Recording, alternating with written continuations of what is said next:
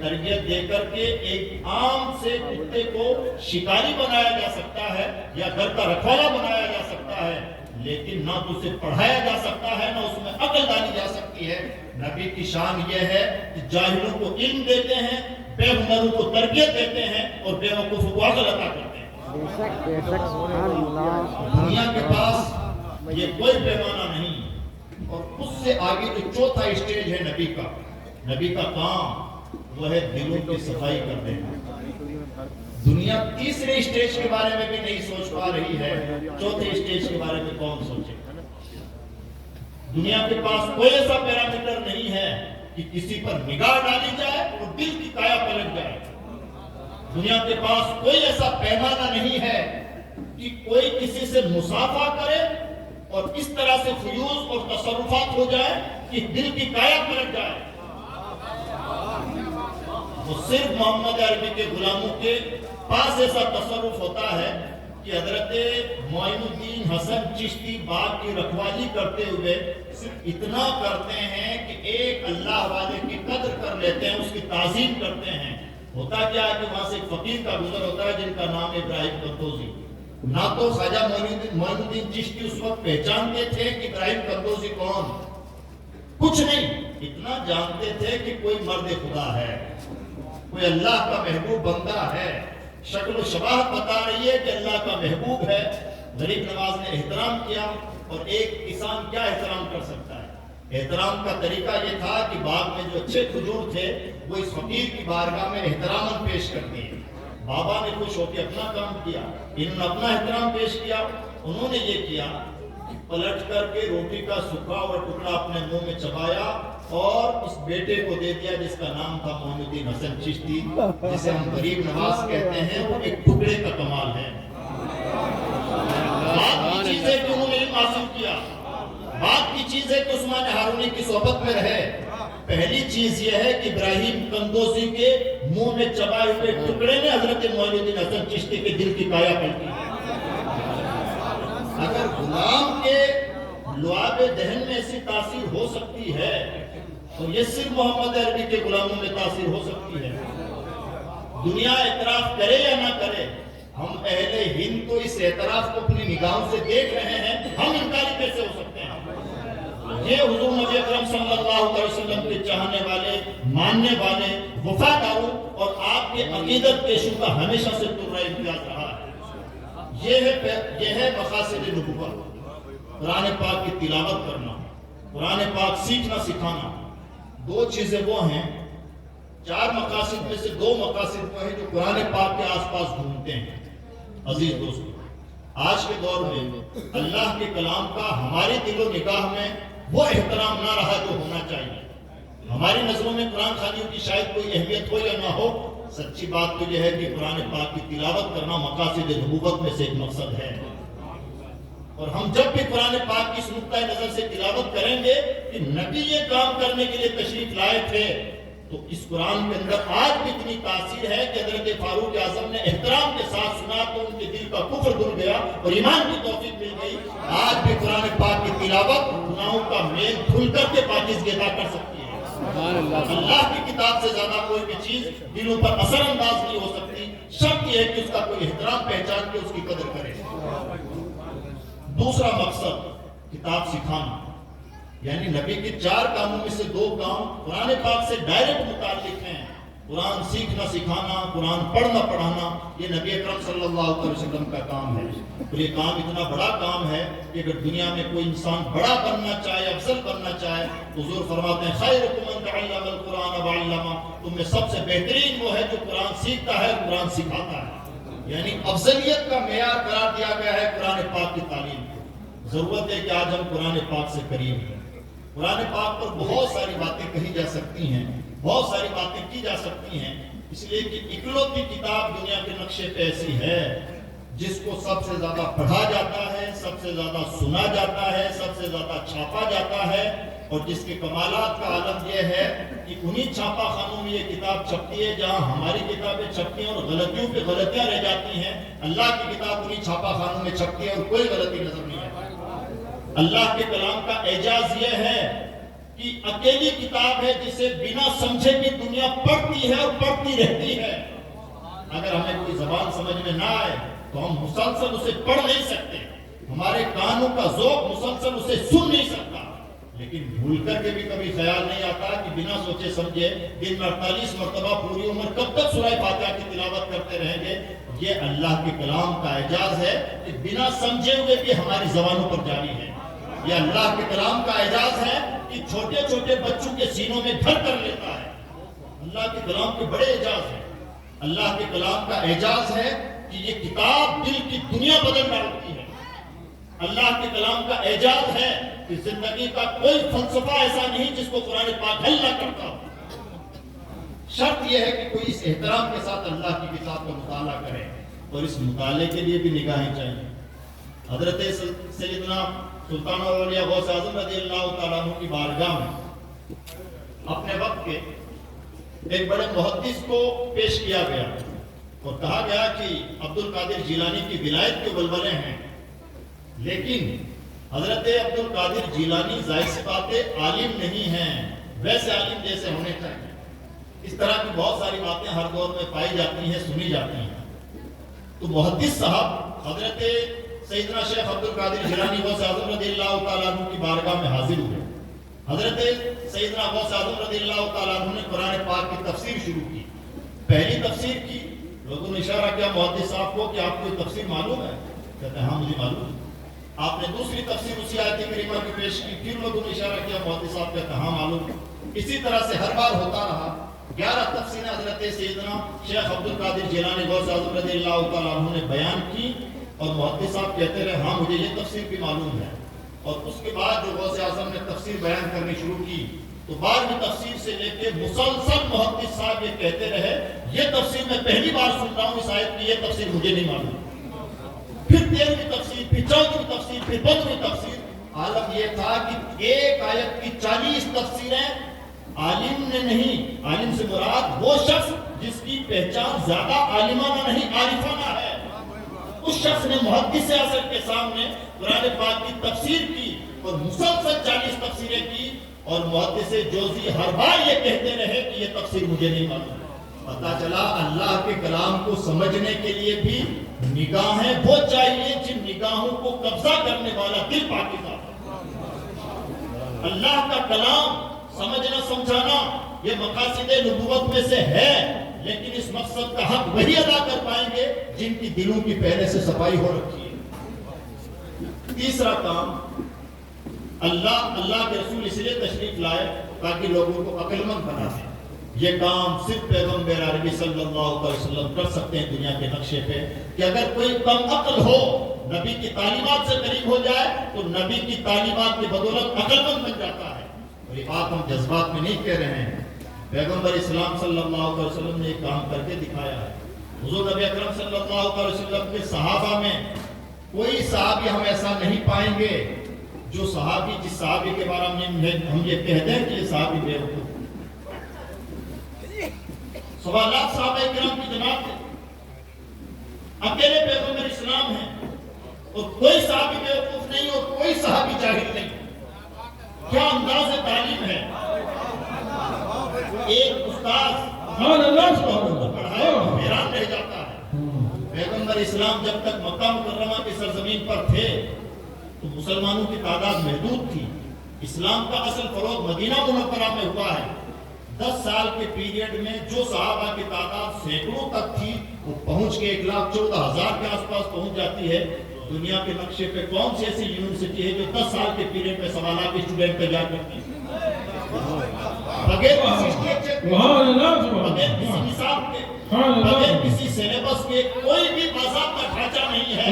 پیغمبر اسلام کے ساتھ دنیا کے نقشے پہ پہلی ایسی محلی مستی ہے اتنی بڑی تعداد میں تلامذہ تیار کرتا ہے، سب کے سب اپنے جگہ آفتاب و مہتاب ہیں۔ عالم یہ ہے، ہم جوش میں نہیں بول رہے ہیں کہ صحابہ سب پڑھے لکھے تھے۔ صحابہ کا معیار علم دیکھنا ہو تو ان کے دعوے سنیں۔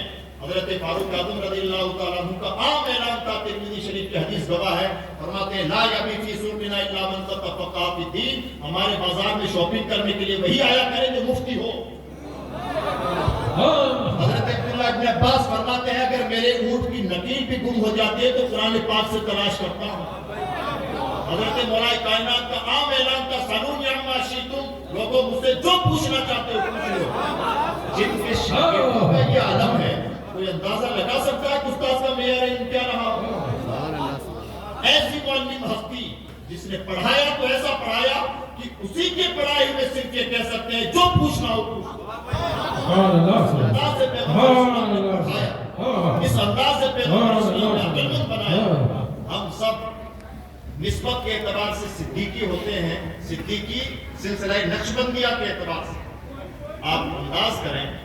جب حضور نبی اکرم صلی اللہ علیہ وسلم کا وصال ہوا تو ہم سب جانتے ہیں، تاریخ پڑھنے والے، سیرت کا مطالعہ کرنے والے بخوبی جانتے ہیں کہ حضور نے انتقال سے پہلے حضرت اسامہ بن زید کی سپہ سالاری میں ایک لشکر ترتیب دے دیا تھا، اور اسی دوران حضور نبی اکرم صلی اللہ علیہ وسلم کا وصال ہو گیا۔ اور جیسے حضور کا وصال ہوا تو تین نئے دھڑے کھڑے ہو گئے۔ کچھ لوگ وہ کھڑے ہوئے اور کہنے لگے محمد کے بعد باز اللہ نبی ہے۔ ایک طبقہ وہ کھڑا ہوا جس کا یہ کہنا تھا کہ ہم زکوٰۃ نہیں دیں گے اس لیے کہ یہ ہم پر ٹیکس ہے، اور ایک طبقہ کہنے لگا جب محمد ہی نہیں ہے تو ہم مسلمان کیوں رہیں۔ یہ تین نئے فتنے پیدا ہو گئے، اور چوتھا محاذ وہ تھا جس کے لیے رسول اللہ نے لشکر تیار کر رکھا تھا۔ سب کچھ ہوا جو ہونا چاہیے تھا، حضور کے بعد میں حضرت ابوبکر صدیق مسلمانوں کے امیر بنے۔ اب جب سب کچھ روٹین میں آ گیا تو حضرت ابوبکر صدیق رضی اللہ تعالیٰ عنہ کو صحابہ کرام نے مشورہ دیا کہ ابوبکر، حضور نے جو لشکر روانہ فرما رکھا تھا ابھی کچھ وقت کے لیے اس لشکر کو روک دیا جائے تاکہ ہمارا بھرم بچا رہے۔ جب تک حضور تھے ہماری طاقت تھی، ہمارا بھرم زندہ تھا۔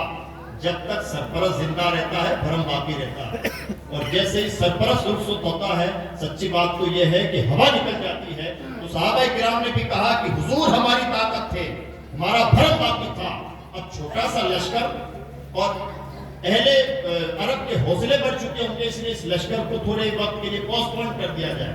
حضرت ابوبکر صدیق کہتے ہیں ابوبکر کی کہاں ہمت کہ حضور نے جو لشکر ترتیب دے دیا۔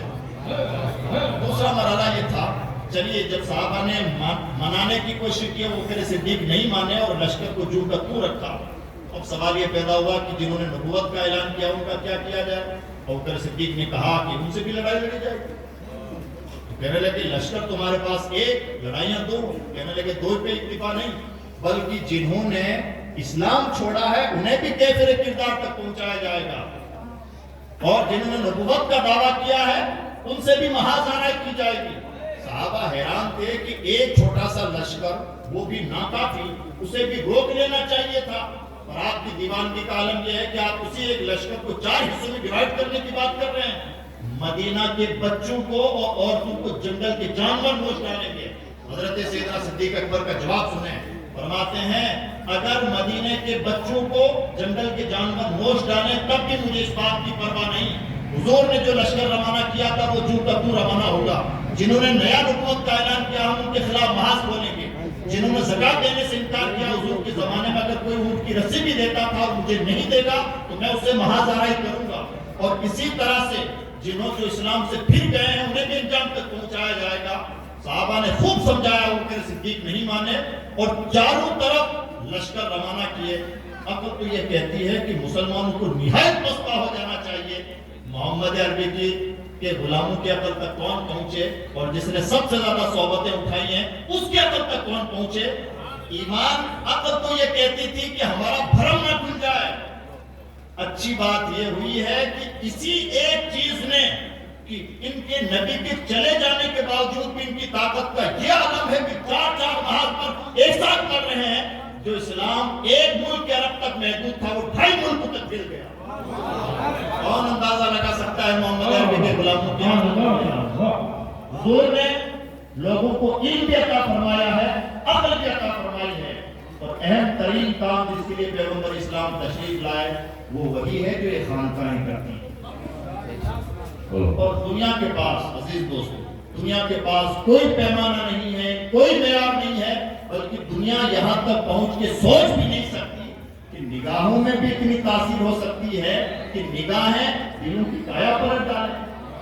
دنیا تو ابھی آسانی کے ساتھ یہ بھی ماننے کے لیے تیار نہیں ہے کہ کسی کی کسی پر نظر پڑ جائے تو نظر لگ جاتی ہے کیا؟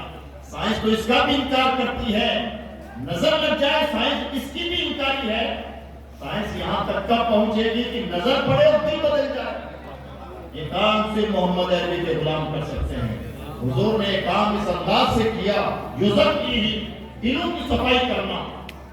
اگر ہم صرف قرآن پاک کی تلاوت کریں گے نبوت کا ایک مقصد پورا ہوگا، قرآن سیکھیں گے سکھائیں گے نبوت کا دوسرا مقصد پورا ہوگا، تیسرا مقصد پورا کرنا دنیا میں کسی کے بس کا سودا نہیں ہے۔ چوتھا کام محمد عربی کے غلاموں کی ذمہ یہ ہے کہ اپنے دلوں کی صفائی کرنے کی جتنی کوشش کر سکتے ہیں کریں، اور یہ کام اس لیے نہ کریں کہ کسی خانقاہ سے جڑے ہوئے ہیں، بلکہ یہ کام اس لیے کریں کہ پیغمبر اسلام یہی کام کرنے کے لیے زمین پر تشریف لائے۔ یہ مقاصد نبوت میں سے ہے، یہ نبی اکرم صلی اللہ علیہ وسلم کا کام ہے۔ جو کام کرنے کے لیے اللہ نے اپنے نبی کو بھیجا ان کاموں میں سے ایک کام ہے۔ اگر یہ کام کوئی اپنے سر اوڑھ لے اور نگاہوں سے پلا دے اور کیا چاہے؟ کام تو ہمارا تھا کہ ہم اپنے دل کی صفائی کے لیے کوشش کرتے، اور اگر کوئی اپنی مہربانی سے اپنے اوپر یہ پورا ذمہ لے لے تو اس کا احسان ہم کبھی نہیں چکا سکتے۔ تو یہ کام یہی خانقاہیں کر رہے ہیں۔ خانقاہیں صرف یہ کہہ کے ہم نہیں ٹال سکتے کہ جناب صوفی صافی وہ بنے جس کی موت کا وقت قریب آ چکا ہو، حالانکہ یہ بھی شیطان کا ساتھ جھانسا ہے۔ آج کون کہہ سکتا ہے کہ لمبی عمر ہوگی؟ آج تو نوجوانی کے عالم میں دھڑلے سے موتیں ہو رہی ہیں اور بے تحاشا انسان مر رہے ہیں، لیکن کوئی صورت ایسی نہیں جس میں تصوف کو اگنور کیا جا سکے جب تک خدا توفیق نہ چھین لے۔ وہ طبقہ جو تصوف کا انکاری ہے، دراصل سچی بات تو یہ ہے کہ اگر وہ قرآن پاک کا اعتراف کرتے ہیں اور تصوف کا انکار کرتے ہیں، گویا بھی نہ انہوں نے قرآن کو سمجھا ہے نہ مقاصد نبوت کو سمجھا ہے۔ عزیز دوستو، یہ چار کام ہے پیغمبر اسلام کے کام، ان کاموں کو گانٹھ باندھ کے رکھیں، روئے زمین پر جہاں رہیں یہ کام کراتے رہیں، انہی کاموں کو فروغ دیں، اور یہ سمجھ کے کہ ان کاموں کی بابت ہمیں اللہ کے رسول کی بارگاہ میں اپنے اعمال کا جواب دہ ہونا ہے۔ میں امید کرتا ہوں کہ انشاءاللہ ہم کوشش کریں گے۔ اللہ رب العزت کی بارگاہ میں دعا ہے کہ پروردگار توفیق خیر سے نوازے، اور بطور خاص ہمارے آقایان نعمت کا سایہ سلامت رکھے، جنہوں نے عظیم ترین کام جو ہم گنہگاروں کا بس کا سودا نہ تھا وہ محض اپنے فضل و کرم سے اپنے ذمے پہ لیا، اور بڑی آسانی کے ساتھ، جیسا کہ حضرت مجدد الفسانی علیہ رحمہ کا فرمان ہے کہ ہم اپنے مریدوں سے محنت نہیں کرواتے۔ اگر کوئی اتنے بڑے آقا مل جائیں تو ان کی جتنی قدر کریں کم ہے۔ اللہ توفیق عطا فرمائے۔ لا الہ الا اللہ محمد رسول اللہ۔ السلام علیکم ورحمۃ اللہ وبرکاتہ۔